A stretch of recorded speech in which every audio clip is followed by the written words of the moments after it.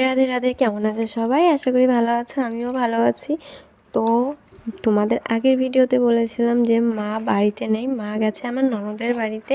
তাই সকালবেলা উঠেই আমাকে এই কাজটি করতে হচ্ছে, আমাকে উঠোন ঝাড় দিতে হচ্ছে। আর এই উঠোন ঝাড় তো মাই দেয়, আমি তো দিই না। সকালবেলা উঠোন ঝাড়, দুপুরবেলা এই বিকেলবেলা, আর সকালবেলা মাই উঠোনটা ঝাড় দেয়।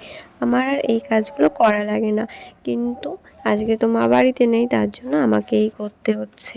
আর কি বলো তো, অনেকে বলে যে শ্বশুর শাশুড়ি থাকা নাকি ভীষণ জ্বালা।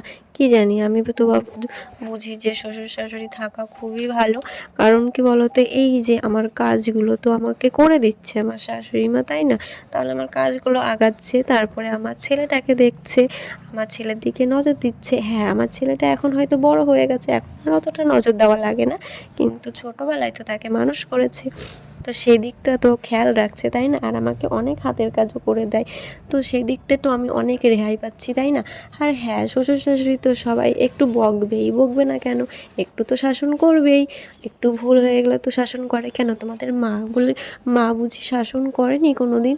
করেছে নিশ্চয়ই। তাহলে শ্বশুর শাশুড়ির কথা কেন শুনতে পারবা না? তারাও তো তোমার ভালোর জন্যই বলে, তাই না? হ্যাঁ, তারপরে আবার দু একজন শ্বশুর শাশুড়ি আছে এমন বকা বকে, সেটা হচ্ছে ধৈর্যের বাইরে। তখন হ্যাঁ, চুপ করার থাকাটা একটা অসহ্যকর ব্যাপার হয়ে যায়। তখন কিছু না কিছু একটা জবাব দিতে হয়, এটা হচ্ছে বাধ্যতামূলক। কি বলো তো, অনেক শ্বশুর শাশুড়ি আছে বাড়ির বউকে শাসন করে, কিন্তু ঘরের যে ছেলে মেয়ে আছে সেগুলোকে আর শাসন করে না। কিন্তু এটা তো পরের মেয়ে, তাই না?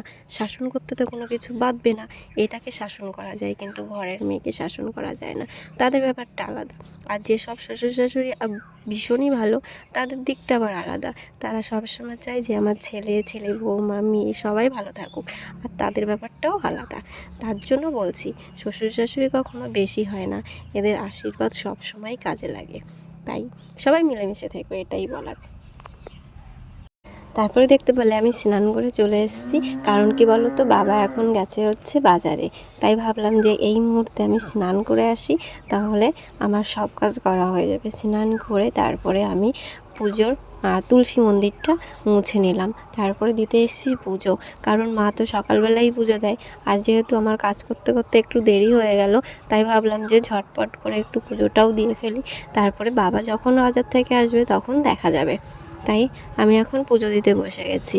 আর মা যে সকালে পুজো দেয়, ততটা সকালে হয়তো আমি পুজো দিতে পারছি না, কিন্তু হ্যাঁ, এখন 9টা বাজে, আর আমি 9টার মধ্যেই সব কিছু কমপ্লিট করার চেষ্টা করছি। কারণ আমার আবার রান্না করতে হবে, আর এর মধ্যে আমার ছেলেরও কিন্তু একটু জ্বর হয়েছে, ছেলের দিকটাও দেখতে হচ্ছে। এদিকে বাবার শরীর খারাপ, তারপরে মা আবার বাড়িতে নেই। তাহলে বুঝতে পারছো যে আমার কতটা চাপ। আর মা আসবে একেবারে দুপুরবেলা, কারণ বাবার হাতের যন্ত্রণাটা একটু বাড়ছে। আর বাবার হাতে কি হয়েছে সেটা তোমাদের নেক্সট ভিডিওতে বলে দেবো। হ্যাঁ, আর আমি একটু তাড়াতাড়ি সব কিছু করার চেষ্টা করছি।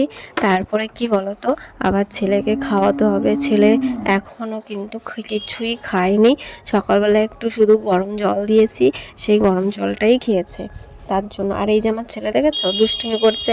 এর মধ্যে বাবা আবার বাজার থেকে বাজার থেকে না, বাড়ি থেকে মাছ রেখেছে, আর এই মাছগুলো কাটতে আমার অনেকটা সময় লেগে গেছিলো। তারপরে আমরা বিকেলবেলা ছেলে এনে আমি রাস্তায় বেরিয়েছি। ছেলে বলছে, মা চলো না একটু রাস্তায় যাই, অনেক দিন ঘর থেকে বেরোই না। তারপরে ভাবলাম যে হ্যাঁ, সারাক্ষণ ঘরে থাকতে থাকতে একটু নিজেরও ভালো লাগে না, তাই ছেলেকে নিয়ে একটু বেরিয়ে পড়লাম। তো এই রাস্তাটায় আমি কোনো দিনই আসি না, এই যে ফার্স্ট টাইম আমাদের এই রাস্তায় আসলাম। আর এসে দেখি ধানগুলো পেকে গেছে, আর অনেক ধান কাটাও হয়ে গেছে। তারপর আমরা বাড়ি চলে আসলাম। বাড়ি এসে আমরা একটা অনুষ্ঠান বাড়িতে গেছিলাম, মা বাড়ি এসছে মার সঙ্গে। তো চলো, ভিডিওটা কেমন লাগলো? ভিডিওটা যদি ভালো লাগে অবশ্যই কমেন্টে জানিও। আর যারা ফেসবুক থেকে দেখছো তারা ফলো করে নিও, আর যারা ইউটিউব থেকে দেখছো তারা সাবস্ক্রাইব করে নিও। চলো টাটা, সবাই ভালো থেকো, সুস্থ থেকো।